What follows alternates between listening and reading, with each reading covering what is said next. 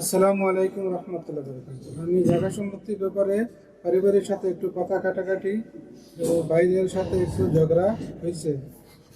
এমনটা কিভাবে আমি মিটাবো? এখন আমি এটা কিভাবে মিটাবো? আপনার পারিবারিক বিষয় নিয়ে বা জমি জায়গা নিয়ে ভাইদের সাথে দ্বন্দ্ব হয়ে গেছে। এখন এটাকে কেমন করে মীমাংসা করবো মিটাবো, এর জন্য আপনাকে ছাড় দিতে হবে। যদি আপনি বা প্রত্যেকে আপন আপন জায়গা থেকে আমরা নিজের হকের ক্ষেত্রে ছাড় দিই, তাহলে মীমাংসা সহজ। মীমাংসা সহজ।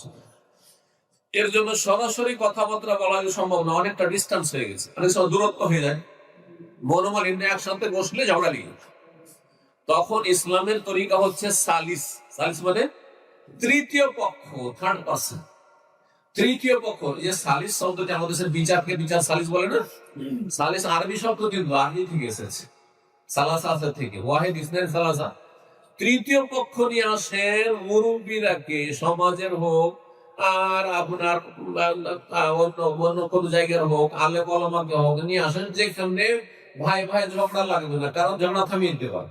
নেতা মাথাদেরকে হোক, চেয়ারম্যানদেরকে হোক, যাদের সামনে ঠান্ডা থাকবে ওদেরকে নিয়ে সেটা মীমাংসার ব্যবস্থা করবে, যারা আল্লাহকে ভয় করে। জাহিল মূর্খ দিয়ে সালিস করানো যায় না। ধার্মিক লোক যারা হালাল হারাম বুঝে, নাই অন্যায় বুঝে, না হলে এক ভাইয়ের কাছে ঘুষ খেয়ে তার পক্ষ নিয়ে নিতে পারে। কথা বুঝতে পারছেন না? বা তার সাথে স্বার্থ জড়িত আছে, সেই জন্য বিচার তার পক্ষে করে দিল। বিচার সালিস তুলে খুব অবিচার হয়ে গেল আমাদের সমাজে।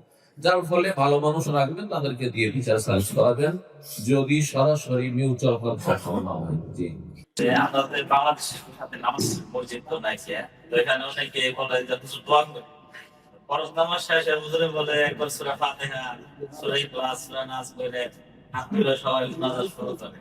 এখন আমি করি না দেখে কেউ বলে যে তোমার তো হিংসা আছে।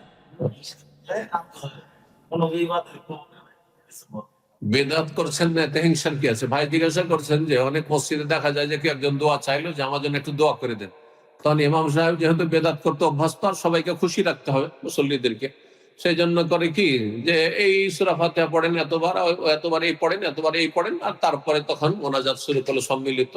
ইমাম দোয়া করছেন আর যারা মুসল্লিরা আছেন তার আমিন আমিন বলছেন। এই সম্মিলিত মোনাজাত ইসলামে স্বীকৃত নয়। একসাথে মোনাজাত করা নামাজের পরে কোন হাদিস দ্বারা প্রমাণিত নেই। কোন সহিহ হাদিস নেই, একটিও সহিহ হাদিস, যার বিশেষ করে নামাজের পরে তো নেই। সুতরাং এটি বেদাতি কাজ। বেদাতি কাজে অংশ নিচ্ছেন না, গুনাহ থেকে, বেদাত থেকে বাঁচা। বেদাত হারাম, বেদাত কাবিরা গুনাহ।